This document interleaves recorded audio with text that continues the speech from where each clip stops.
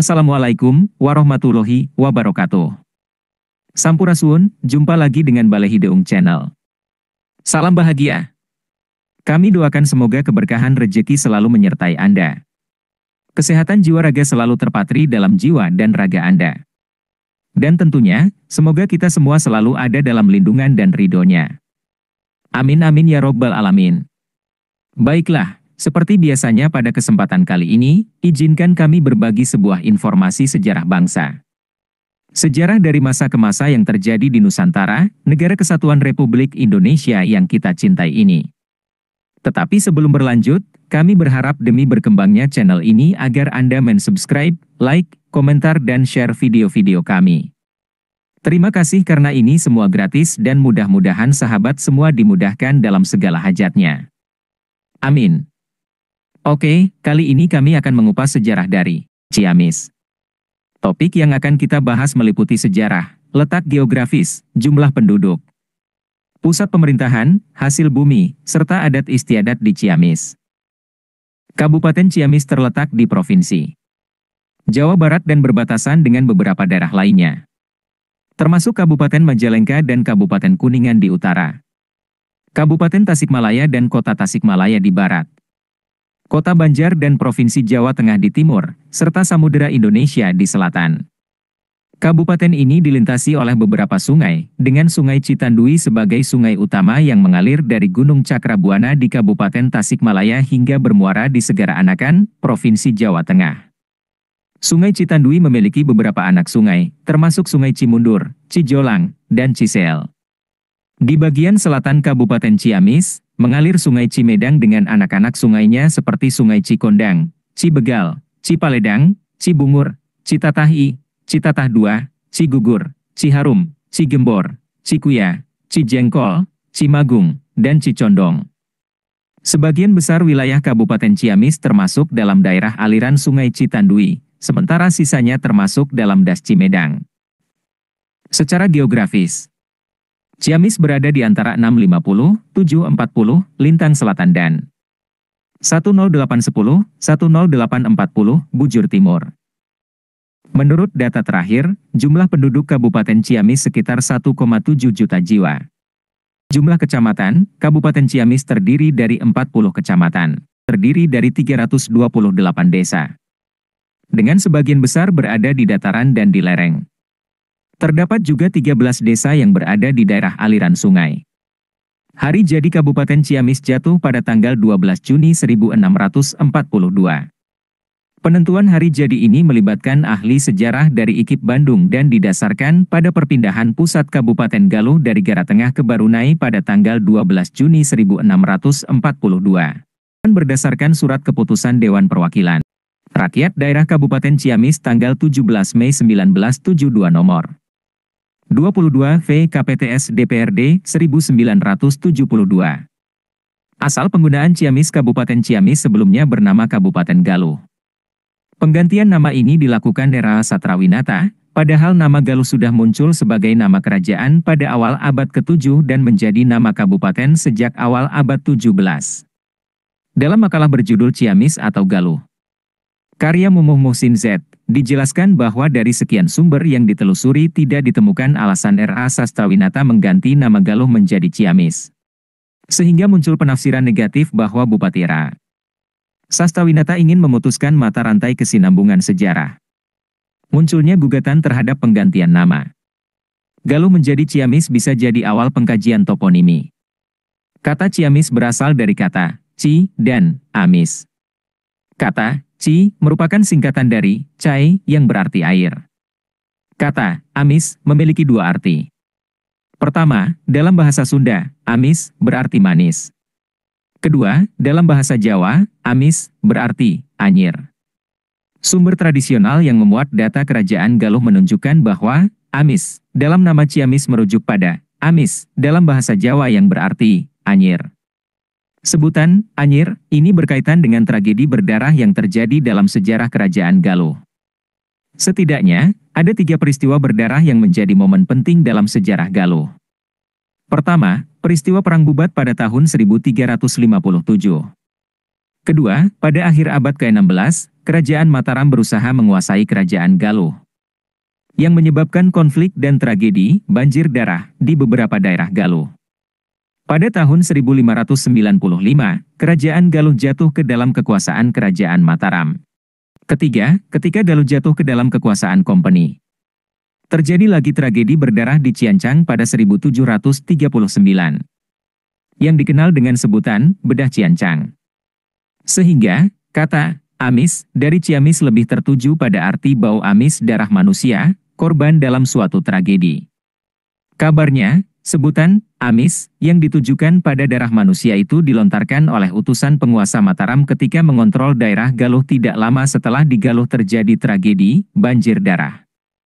Oleh karena itu, sebutan Ciamis pada awalnya lebih merupakan cemoohan dari pihak Mataram terhadap pihak Galuh. Adapun kata Galuh secara bahasa memiliki 3 makna. Pertama, dalam bahasa Sanskerta, Galuh berarti permata yang paling baik. Kedua, kata Galuh berasal dari kata Aga yang berarti gunung dan Iwah yang berarti bengawan, sungai, laut. Selanjutnya, nama Galuh mengacu pada nama kerajaan dan nama kabupaten.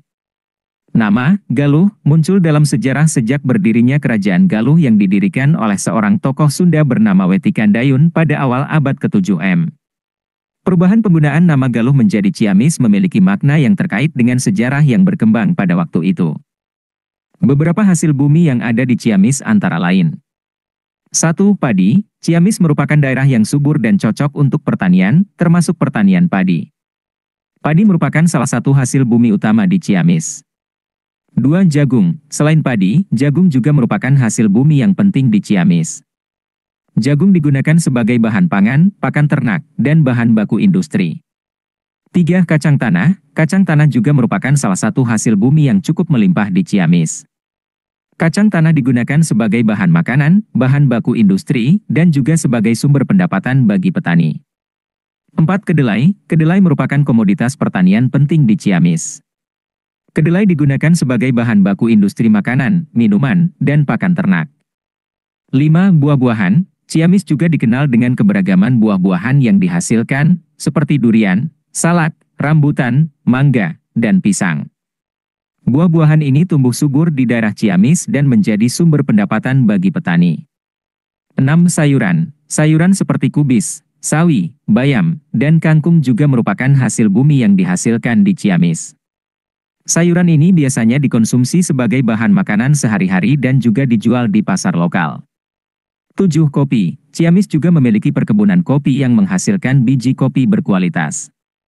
Kopi Ciamis dikenal dengan cita rasa yang khas dan menjadi salah satu komoditas unggulan daerah ini.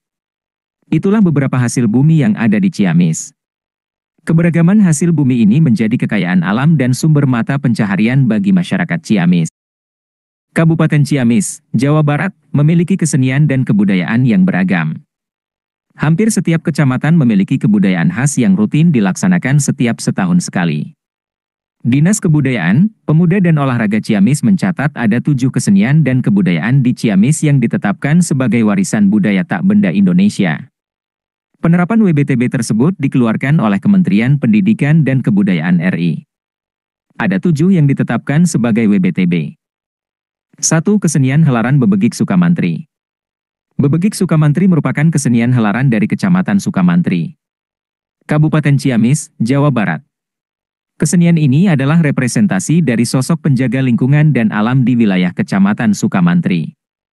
Pada zaman dahulu, bebegik digunakan untuk mengusir orang yang berniat jahat di lingkungan desa dekat hutan larangan Karanggantungan. Bebegik Sukamantri ini berpenampilan seram, terbuat dari ijuk kawung. Hiasannya atribut mahkota dari kembang bubuai dan daun warigu yang tersusun rapi di atas kepala topeng, juga dihiasi kembang hapaan dan daun pipicisan. Bebegik telah ditetapkan sebagai warisan budaya tak benda Indonesia oleh Kemendikbud tahun 2018.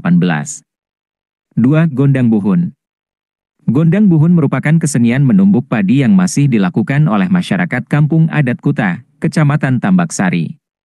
Kesenian ini menjadi bentuk rasa syukur yang diungkapkan melalui lantunan atau nyanyian yang telah diwariskan secara turun-temurun oleh leluhur di Kampung Kuta. Gondang Buhun dimainkan oleh kaum perempuan Kuta dengan menggunakan alat inti yakni halu dan lisung, diiringi kendang dan gong. Gondang Buhun ditetapkan sebagai WBTB Indonesia pada tahun 2018 dari Provinsi Jawa Barat. 3. Prosesi adat Merlau. Merlau adalah prosesi adat yang dilaksanakan oleh masyarakat di Desa Kertabumi, Kecamatan Cijeungjing, menjelang bulan Ramadan. Kegiatan inti dari Merlau ini adalah berdoa bersama di makam Prabu Dimuntur. Kemudian dilanjutkan dengan syukuran dan kesenian di situs Gunung Susuru. Merlau telah ditetapkan sebagai WBTB Indonesia pada tahun 2021. Misalin berasal dari situs Gunung Salawe, Kecamatan Cimaragas, Kabupaten Ciamis. Kegiatan ini biasa digelar pada saat munggahan atau menjelang bulan Ramadan.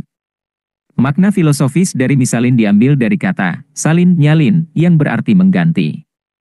Sehingga dalam menghadapi bulan suci Ramadan seluruh umat muslim harus membersihkan diri. Supaya selama menjalankan ibadah puasa mendapatkan keberkahan.